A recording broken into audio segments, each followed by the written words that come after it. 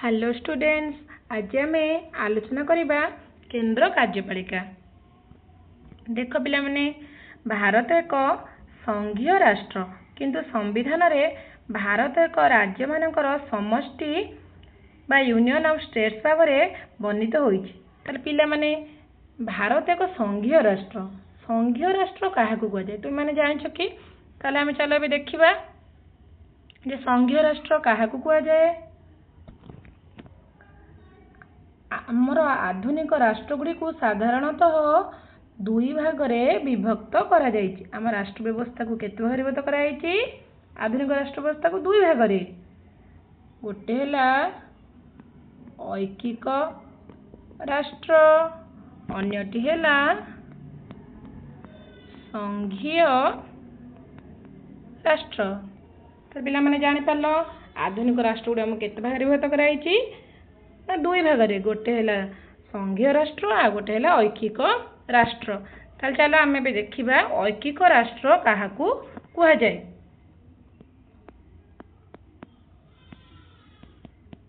ऐकिक राष्ट्र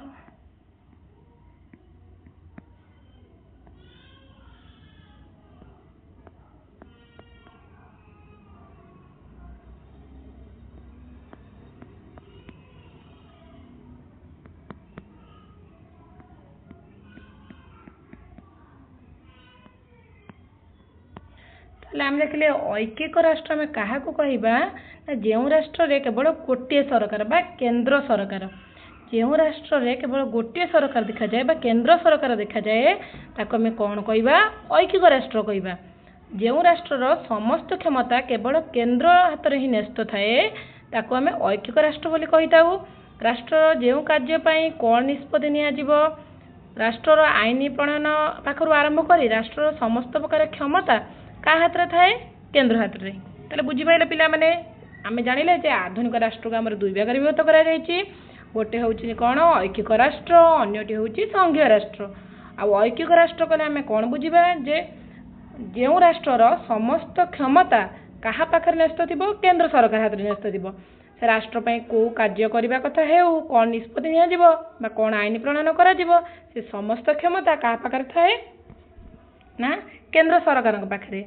आमर ऐकिक राष्ट्र उदाहरण जमती जापान है, चीन है, फ्रांस है, ये सब हूँ कौन गोटे गोटे ऐकिक राष्ट्र। आम ऐकिक राष्ट्र कौन जानीगले? चलो पिला माने भी जानिबा संघीय राष्ट्र क्या कुआ जाए। देख संघीय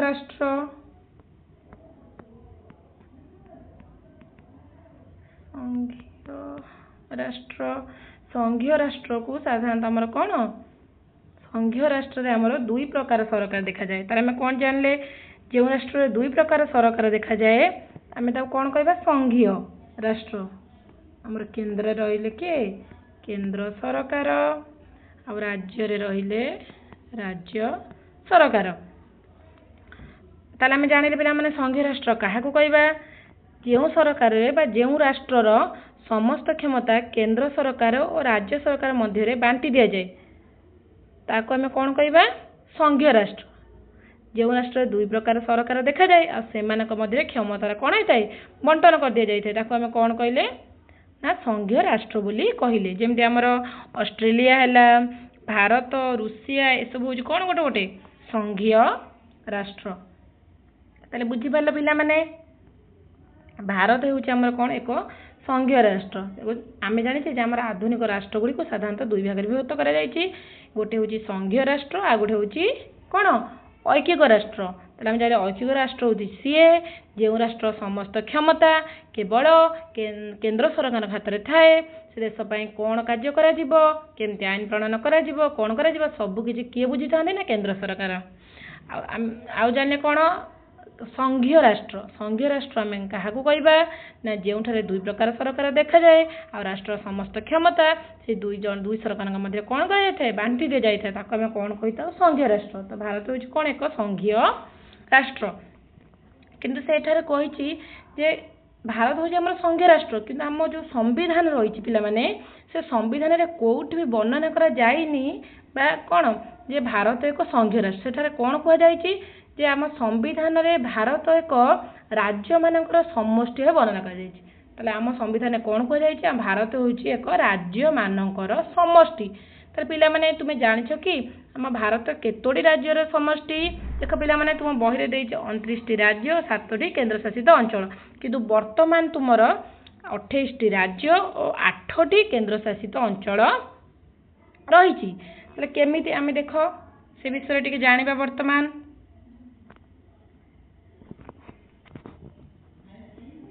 पिला माने आमर 2014 पूर्वरु आमर थिला 28टी राज्य और 7टी केन्द्र शासित अंचल, मान 2013 जाए बुझिपारे। 2013 रे आमर थिला 28टी राज्य और 7टी केन्द्र शासित अंचल, किंतु 2014 आमर जून 2 2014 जून 2 रे आमर आंध्र प्रदेश, पिला माने जानिथिबो आंध्र प्रदेश रु आमर तेलंगाना को कौन कर दिया गला? आंध्र प्रदेश रु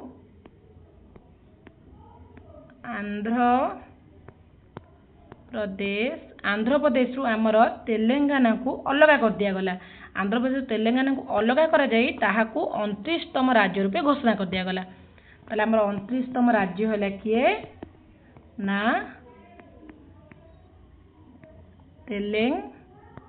तेलंगाना। बुझिपारे आमर 2014 पूर्व आमर 28टी राज्य 7टी केन्द्र शासित अंचल, किंतु 2014 पूर्व 2014 किंतु 2014 जून 2 रे आंध्र प्रदेश रु तेलंगाना को अलग कर दिया गला आ ताकू गोटे राज्य बोली घोषणा कर दिया गला। केबे तेलंगाना को केबे घोषणा करना? 2014। तार हम 2014 रे कौन हे गला? 2014 रे हमर 29टी राज्य हो गला आउ 7टी केन्द्रशासित अंचल तो थिला रही। 7टी केन्द्रशासित अंचल हमर 2014 रु 2018 जाए आमर रहिला 29टी राज्य आउ 7टी केन्द्रशासित अंचल। तार पिला माने जानिलो हम 2014 रु 2018 मध्य यह कौन परिवर्तन है नतला। हमर से 29 राज्य आउ 7टी केन्द्रशासित अंचल रहितला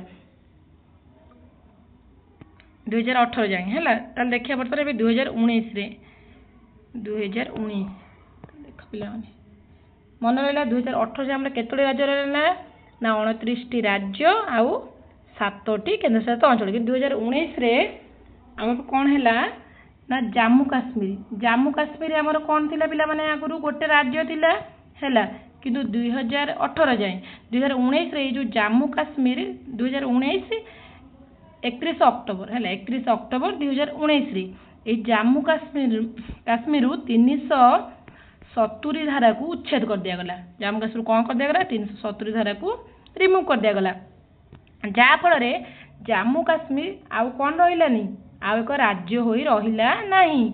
ए जम्मू काश्मीर को कौन कर दिया गला ना 2टी केन्द्र शासित अंचल रूपे घोषणा कर दिया गला। गोटे हैला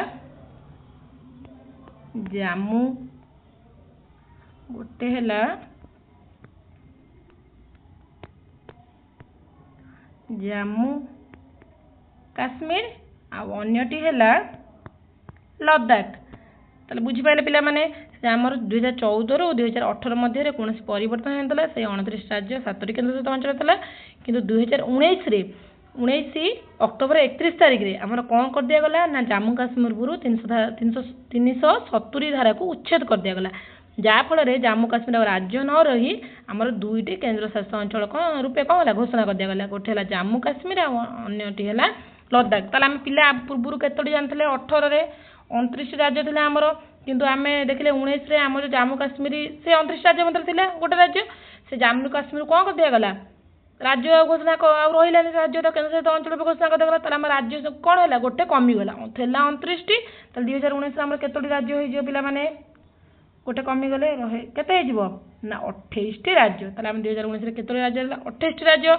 आमर पूर्व केतोटी केन्द्रशासित अंचल पिला माने थिला 18 रे 7टी, किंतु आम जम्मू काश्मीर भाग करी कौन कर दिया गला 2टी केन्द्रशासित अंचल परिणत कर दिया गला। तो आम 2टी केन्द्रशासित कौन है बढ़ी गला थिला 7टी 2 बढ़ी केते हो गला ना 9टी केन्द्रशासित अंचल हो गला। तो आम जाने 2019 रे आमर केतोटी राज्य हो गला 28टी राज्य ଆଉ କେତେ 9ଟି କେନ୍ଦ୍ରଶାସିତ ଅଞ୍ଚଳ। ବର୍ତ୍ତମାନ ଆମେ 2020 ଦେଖିବା ପିଲାମାନେ।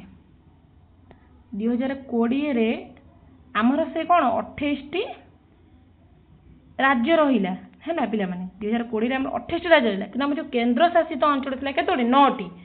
9ରୁ ଆମର ଥିଲା ଗୋଟେ କ'ଣ କହିଲେ ଦାଦ୍ରା ଆଉ ନଗର ହାବେଳି, ଆଉ ଗୋଟେ ହେଲା ଡାମନ ଡିଉ। ସେ ଦୁଇଟି ଥିଲା ଅଲଗା ଅଲଗା, ଦାଦ୍ରା ଆଉ ନଗର ହାବେଳି ଗୋଟେ ଥିଲା, ଆଉ ଗୋଟେ ଥିଲା ଆମର ଡାମନ ଡିଉ। କିନ୍ତୁ ଆମର 2020 ଜାନୁଆରୀ 26ରେ ଏଇ ଦାଦ୍ରା ଆଉ ନଗର ହାବେଳି ଆଉ ଆମର ହେଲା ଡାମନ ଡିଉ, ଦାଦ୍ରା ଆଉ ନଗର ହାବେଳି ଆଉ ଡାମନ ଡିଉକୁ କ'ଣ କରିଦିଆଗଲା ମିଶାଇ ଦିଆଗଲା। ମିଶାଇ ଦିଆଯାଇ ଦାଦ୍ରା ନଗର ହାବେଳି ଆଉ ଗୋଟେ ହେଲା ଆମର ଡାମନ ଡିଉ, এই ଡାମନ ଡିଉକୁ ମିଶାଇ ଦିଆଯାଇ ଗୋଟିଏ କେନ୍ଦ୍ରଶାସିତ ରୂପେ ଘୋଷଣା କରିଦିଆଗଲା। ବୁଝିଲ ପିଲାମାନେ? ତାହେଲେ ଆମର କେତେ ଥିଲା 9ଟି, 2ଟିକୁ ମିଶାଇ ଦିଆଗଲା, ତାହେଲେ ଆମର କ'ଣ ହେଲା ଗୋଟେ କରିଦିଆଗଲା। ମାନେ 2ଟି କେନ୍ଦ୍ରଶାସିତ ଅଞ୍ଚଳ କ'ଣ କରିଦିଆଗଲା ଗୋଟେ କରିଦିଆଗଲା, ତାହେଲେ କ'ଣ ଆମର ଗୋଟେ କେନ୍ଦ୍ରଶାସିତ ଅଞ୍ଚଳ ଏଠାରେ କମିଗଲା। ତାହେଲେ ଆମର ଥିଲା ପୂର୍ବରୁ କେତୋଟି ନା 9ଟି, ଗୋଟେ କମିଗଲେ କେତୋଟି ହେଇଯିବ ଗୋଟେ କମିଗଲେ ଆମର ପିଲାମାନେ କେତୋଟି ହେଇଯିବ 2020ରେ 28ଟି ରାଜ୍ୟ ଆଉ 8ଟି କେନ୍ଦ୍ରଶାସିତ ଅଞ୍ଚଳ। ତାହେଲେ ପିଲାମାନେ ବର୍ତ୍ତମାନ ଆମର ଜାଣିଲେ ଯେ ଆମର ବର୍ତ୍ତମାନ କେତୋଟି ରାଜ୍ୟ ଅଛି ନା 28ଟି ରାଜ୍ୟ ଆଉ 8ଟି କେନ୍ଦ୍ରଶାସିତ ଅଞ୍ଚଳ। ପିଲାମାନେ ଆମେ ଏବେ ଜାଣିଲେ ଯେ ଆମର କେତୋଟି କେନ୍ଦ୍ରଶାସିତ ଅଞ୍ଚଳ ରହିଲା ନା 8ଟି ରହିଲା। 8ଟି ଆମର କେନ୍ଦ୍ରଶାସିତ ଅଞ୍ଚଳ ରହିଲା। ଏଇ କେନ୍ଦ୍ରଶାସିତ ଅଞ୍ଚଳ କହିଲେ ତୁମେମାନେ କ'ଣ ବୁଝୁଛ? ଦେଖ ପିଲାମାନେ, ଭାରତର ଏମିତି କିଛି ଅଞ୍ଚଳ ଅଛି ଯାହାକି ସିଧାସଳଖ କେନ୍ଦ୍ର ସରକାରଙ୍କ ଅଧୀନରେ ରହିଛି। ଆଉ ସେହି ଅଞ୍ଚଳ ଗୁଡ଼ିକ ଉପରେ ନିୟନ୍ତ୍ରଣ କାହାର ଥାଏ ନା କେନ୍ଦ୍ର ସରକାର। ଆଉ ସେହି ଅଞ୍ଚଳ ଗୁଡ଼ିକରେ ସାଧାରଣତଃ ନିଜର ସରକାର ନଥାଏ। ଯେମିତି ଆମର ଓଡ଼ିଶାରେ ଆମର କ'ଣ ନିଜର ଆମ ରାଜ୍ୟରେ ଆମର ସରକାର ରହିଛନ୍ତି, ଯେମିତି ମୁଖ୍ୟମନ୍ତ୍ରୀ ଅଛନ୍ତି, ରାଜ୍ୟପାଳ ଅଛନ୍ତି, କିନ୍ତୁ ସେଇ ଅଞ୍ଚଳ ଗୁଡ଼ିକରେ ତାଙ୍କ ନିଜର ସରକାର ନଥାଏ। ଆଉ ସେହି ସ୍ଥାନ ଗୁଡ଼ିକୁ ରାଷ୍ଟ୍ରପତି ଲେଫ୍ଟନାଣ୍ଟ ଗଭର୍ଣ୍ଣର ଆଉ ଆଡମିନିଷ୍ଟ୍ରେଟରଙ୍କୁ ନିଯୁକ୍ତି କରିଥାନ୍ତି। କେଉଁ ଅଞ୍ଚଳ ଗୁଡ଼ିକୁ ଆମର କେନ୍ଦ୍ରଶାସିତ ଅଞ୍ଚଳ ଗୁଡ଼ିକରେ। କିନ୍ତୁ ଆମେ ଜାଣିଛେ ଆମର 8ଟି କେନ୍ଦ୍ରଶାସିତ ଅଞ୍ଚଳ ରହିଛି। ସେ 8ଟି କେନ୍ଦ୍ରଶାସିତ ଅଞ୍ଚଳରୁ ଏମିତି 3ଟି କେନ୍ଦ୍ରଶାସିତ ଅଞ୍ଚଳ ଅଛି ଯାହାକୁ କି ସାଧାରଣତଃ ଅଧିକାର ମିଳିଛି ଯେ ସେମାନେ କ'ଣ କରିପାରିବେ ନିଜର ମୁଖ୍ୟମନ୍ତ୍ରୀଙ୍କୁ ବାଛିପାରିବେ, ତା ସହିତ ବିଧାନସଭା ମଧ୍ୟ ସେଠାରେ ଗଢ଼ି ଯାଇପାରିବ। ସେଇ 3ଟି କେନ୍ଦ୍ରଶାସିତ ଅଞ୍ଚଳ କିଏ କିଏ? ଗୋଟେ ହେଲା ଆମର ଦିଲ୍ଲୀ, ପଣ୍ଡିଚେରୀ ଆଉ ଜାମ୍ମୁ କାଶ୍ମୀର। ଆମର 8ଟି କେନ୍ଦ୍ରଶାସିତ ଅଞ୍ଚଳ ମଧ୍ୟରୁ ଏହି 3ଟି କେନ୍ଦ୍ରଶାସିତ ଅଞ୍ଚଳ ଯିଏକି ଦିଲ୍ଲୀ, ପଣ୍ଡିଚେରୀ ଆଉ ଜାମ୍ମୁ କାଶ୍ମୀରକୁ ଏହି ଅଧିକାର ମିଳିପାରିଛି। କିନ୍ତୁ ଆମର 8ଟିରୁ 3ଟି ପଳେଇଲେ ଆଉ କେତୋଟି ରହିଲେ 5ଟି। କିନ୍ତୁ ଆଉ ଯେଉଁ 5ଟି ରହିଲେ ଆମର କ'ଣ କେନ୍ଦ୍ରଶାସିତ ଅଞ୍ଚଳ, ତାଙ୍କୁ ଏ ଅଧିକାର ଦିଆଯାଇ ନାହିଁ। କିନ୍ତୁ ଯେଉଁ 3ଟି ଆମେ ଜାଣିଲେ କ'ଣ ସେମାନେ ତାଙ୍କ ମୁଖ୍ୟମନ୍ତ୍ରୀ ବାଛିପାରିବେ, ତା ସହିତ ବିଧାନସଭା ମଧ୍ୟ ଗଢ଼ିପାରିବେ। କିନ୍ତୁ ହେଲେ ମଧ୍ୟ ପ୍ରକୃତ କ୍ଷମତା ବା ଅସଲ ମୁଖ୍ୟ କ୍ଷମତାଟା କାହା ପାଖରେ ଥାଏ? କେନ୍ଦ୍ର ସରକାର ନିଜ ହାତରେ ହିଁ ତାକୁ ରଖିଥାନ୍ତି। ତାହେଲେ ପିଲାମାନେ ବର୍ତ୍ତମାନ ତୁମେ ବୁଝିପାରିଲ। ତାହେଲେ ଆମେ ଜାଣିଲେ ଯେ ଆମର କ'ଣ ଆମର 28ଟି ରାଜ୍ୟ ଓ 8ଟି କେନ୍ଦ୍ରଶାସିତ ଅଞ୍ଚଳ ରହିଛି। ତୁମେ ସଂଘୀୟ ରାଷ୍ଟ୍ର କାହାକୁ କୁହାଯାଏ ଭଲସେ ବୁଝିପାରିଲ, ଆଉ କେନ୍ଦ୍ରଶାସିତ ଅଞ୍ଚଳ ମଧ୍ୟ ବୁଝିପାରିଲ। ତାପରେ ଦେଖ ପିଲାମାନେ, ଏଠାରେ ଦେଇଛି ମଧ୍ୟ ଏଠାରେ ଦ୍ୱୈତ ଶାସନ ବ୍ୟବସ୍ଥା ପ୍ରଚଳିତ। ମାନେ ଏଠାରେ ମାନେ କୋଉଠାରେ? ଭାରତରେ ଆମର ଦ୍ୱୈତ ଶାସନ ମାନେ ଦ୍ୱୈତ ମାନେ ଦୁଇ ଶାସନ ମାନେ ମୁଁ ତୁମକୁ ପଢ଼େଇଲି ବର୍ତ୍ତମାନ କିଏ କିଏ? କେନ୍ଦ୍ର ସ୍ତରରେ କେନ୍ଦ୍ର ସରକାର ଆଉ ରାଜ୍ୟ ସ୍ତରରେ ଆମର ରାଜ୍ୟ ସରକାର ରହିଥାନ୍ତି। ତାହେଲେ ବୁଝିପାରିଲ ପିଲାମାନେ, ଦ୍ୱୈତ ଶାସନ ଆମକୁ ଶାସନ କିଏ କରିଥାନ୍ତି? ସରକାର। ତାହେଲେ ଆମର ଦୁଇ ପ୍ରକାର ଶାସନ ରହିଥାଏ। କେନ୍ଦ୍ର ସ୍ତରରେ କେନ୍ଦ୍ର ସରକାର ଶାସନ କରିଥାନ୍ତି, ଆଉ ରାଜ୍ୟ ସ୍ତରରେ ଆମର ରାଜ୍ୟ ସରକାର ଶାସନ କରିଥାନ୍ତି। ଦେଖ, ଏଥିରେ ଉଭୟ କେନ୍ଦ୍ର ଓ ରାଜ୍ୟ ସ୍ତରରେ ଗୋଟିଏ ଲେଖାଏଁ ସରକାର ରହିଛି। ପ୍ରତ୍ୟେକ ସରକାର 3 ଲେଖାଏଁ ଅଙ୍ଗ ରହିଛି। ଆମେ ଜାଣିଲେ ସରକାରଙ୍କର କେତୋଟି ଅଙ୍ଗ ରହିଛି ନା 3ଟି। ଗୋଟେ ହେଲା କାର୍ଯ୍ୟପାଳିକା, ବ୍ୟବସ୍ଥାପିକା ଆଉ ନ୍ୟାୟପାଳିକା।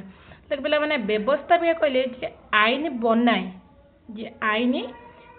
ତାକୁ ଆମେ କ'ଣ କହୁ? ବ୍ୟବସ୍ଥାପିକା। କାର୍ଯ୍ୟପାଳିକା ହେଉଛି ଏ ଆଇନକୁ ଲାଗୁ କରେ ବା କାର୍ଯ୍ୟକାରୀ କରେ ତାକୁ ଆମେ କ'ଣ କହୁ କାର୍ଯ୍ୟପାଳିକା। ଆଉ ନ୍ୟାୟପାଳିକା ହେଉଛି ଯିଏ ଆଇନର ରକ୍ଷା କରିଥାଏ ତାକୁ ଆମେ କ'ଣ କହିଥାଉ ନ୍ୟାୟପାଳିକା। ତାହେଲେ ବୁଝିପାରିଲେ ପିଲାମାନେ ସରକାରଙ୍କର କେତୋଟି ଅଙ୍ଗ ରହିଛି ନା 3ଟି। କ'ଣ କ'ଣ ବ୍ୟବସ୍ଥାପିକା, କାର୍ଯ୍ୟପାଳିକା ଆଉ ନ୍ୟାୟପାଳିକା। ବ୍ୟବସ୍ଥା କରେ ମାନେ ଯିଏ ଆଇନ ପ୍ରଣୟନ କରେ ବା ବନାଏ ତାକୁ ଆମେ କ'ଣ କହିବା ବ୍ୟବସ୍ଥାପିକା। ଆଉ କାର୍ଯ୍ୟପାଳିକା ଯିଏ ତାକୁ କାର୍ଯ୍ୟରେ ଲଗାଏ ମାନେ କାର୍ଯ୍ୟକାରୀ କରାଏ ତାକୁ ଆମେ କ'ଣ କହିବା କାର୍ଯ୍ୟପାଳିକା। ଆଉ ନ୍ୟାୟପାଳିକା ହେଉଛି ଯିଏ ଆଇନ ଗୁଡ଼ିକୁ କ'ଣ କରିଥାଏ ସୁରକ୍ଷା ବା ରକ୍ଷା କରିଥାଏ ତାକୁ ଆମେ କ'ଣ କହିବା ନ୍ୟାୟପାଳିକା। ଦେଖ କେନ୍ଦ୍ରସ୍ତରୀୟ କାର୍ଯ୍ୟପାଳିକା କାହାକୁ କାହାକୁ ନେଇ ଗଠିତ। ତାହେଲେ କେନ୍ଦ୍ରସ୍ତରୀୟ ଆମର ପ୍ରଥମ କିଏ ରହିଲେ ରାଷ୍ଟ୍ରପତି, ଉପରାଷ୍ଟ୍ରପତି, ପ୍ରଧାନମନ୍ତ୍ରୀ ଏବଂ ମନ୍ତ୍ରୀ ପରିଷଦ ଗଠିତ। ତାହେଲେ କେନ୍ଦ୍ରସ୍ତରୀୟ କାର୍ଯ୍ୟପାଳିକା କାହାକୁ ନେଇ ଗଠିତ ପିଲାମାନେ ରାଷ୍ଟ୍ରପତି, ଉପରାଷ୍ଟ୍ରପତି, ପ୍ରଧାନମନ୍ତ୍ରୀ ଏବଂ ମନ୍ତ୍ରୀ ପରିଷଦ। ରାଷ୍ଟ୍ରପତି ହେଉଛନ୍ତି କେନ୍ଦ୍ରସ୍ତରୀୟ କାର୍ଯ୍ୟପାଳିକାର ନାମ ମାତ୍ର ମୁଖ୍ୟ। କିନ୍ତୁ କହୁଛି ଆମେ ଜାଣିବା କ'ଣ ଏଥିରେ ରାଷ୍ଟ୍ରପତି, ଉପରାଷ୍ଟ୍ରପତି, ପ୍ରଧାନମନ୍ତ୍ରୀ, ମନ୍ତ୍ରୀ ପରିଷଦ ରୁହନ୍ତି କିନ୍ତୁ ରାଷ୍ଟ୍ରପତି ଏହି କାର୍ଯ୍ୟପାଳିକାର ନାମକୁ ମାତ୍ର ସେ ହେଉଛନ୍ତି କ'ଣ ମୁଖ୍ୟ। ସେ ହେଉଛନ୍ତି ସମଗ୍ର ଦେଶର ଐକ୍ୟର ପ୍ରତୀକ। ତାହେଲେ ରାଷ୍ଟ୍ରପତି ହେଉଛନ୍ତି କ'ଣ ସମସ୍ତ ଦେଶର ଏକତାର ପ୍ରତୀକ ହେଉଛନ୍ତି କିଏ ନା ରାଷ୍ଟ୍ରପତି। ତାହେଲେ ପିଲାମାନେ ତୁମେମାନେ ମୋତେ କମେଣ୍ଟ ବକ୍ସରେ ଆମର ବର୍ତ୍ତମାନ ରାଷ୍ଟ୍ରପତି, ଉପରାଷ୍ଟ୍ରପତି ଓ ପ୍ରଧାନମନ୍ତ୍ରୀ କିଏ ଅଛନ୍ତି ନାମ ଲେଖି ନିଶ୍ଚିନ୍ତ ଜଣାଇବ। ଧନ୍ୟବାଦ ପିଲାମାନେ। ବର୍ତ୍ତମାନ ଆମେ ଏତିକି ଆଲୋଚନା କରିବା ଆଉ ଯାହା ରହିଲା ଆମେ ପରବର୍ତ୍ତୀ ପାର୍ଟରେ ଆଲୋଚନା କରିବା।